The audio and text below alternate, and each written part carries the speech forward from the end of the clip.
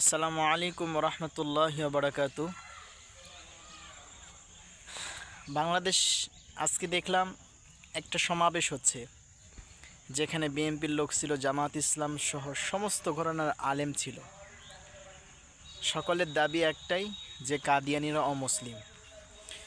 তো কাদিয়ানি যে অমুসলিম, এইটা শুধু মুখে বললে হবে না। আগামী নির্বাচনে হয় জামাত ইসলাম অথবা বিএনপি, এই দুইটার মধ্যেই তো একটা ক্ষমতা যাবে।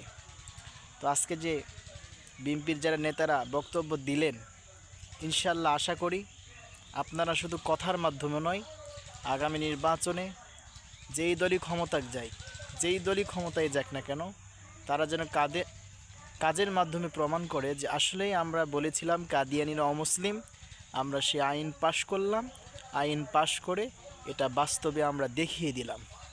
আমি এতটুকুই বলবো। প্রিয় ভাইরা, আমরা অপেক্ষায় আছি, দেখি তারা যেই দলই ক্ষমতা যাক কাদিয়ানিদেরকে অমুসলিম ঘোষণা করে কি না। আল্লাহ তাআলা অতি দ্রুত কাদিয়ানিদেরকে রাষ্ট্রীয়ভাবে অমুসলিম ঘোষণা করার তৌফিক দান করুক, এবং মুসলমানদের এই আকাঙ্ক্ষা, এই স্বপ্ন আল্লাহ তাআলা বাস্তবায়িত করার তৌফিক দান করুক। আমিন।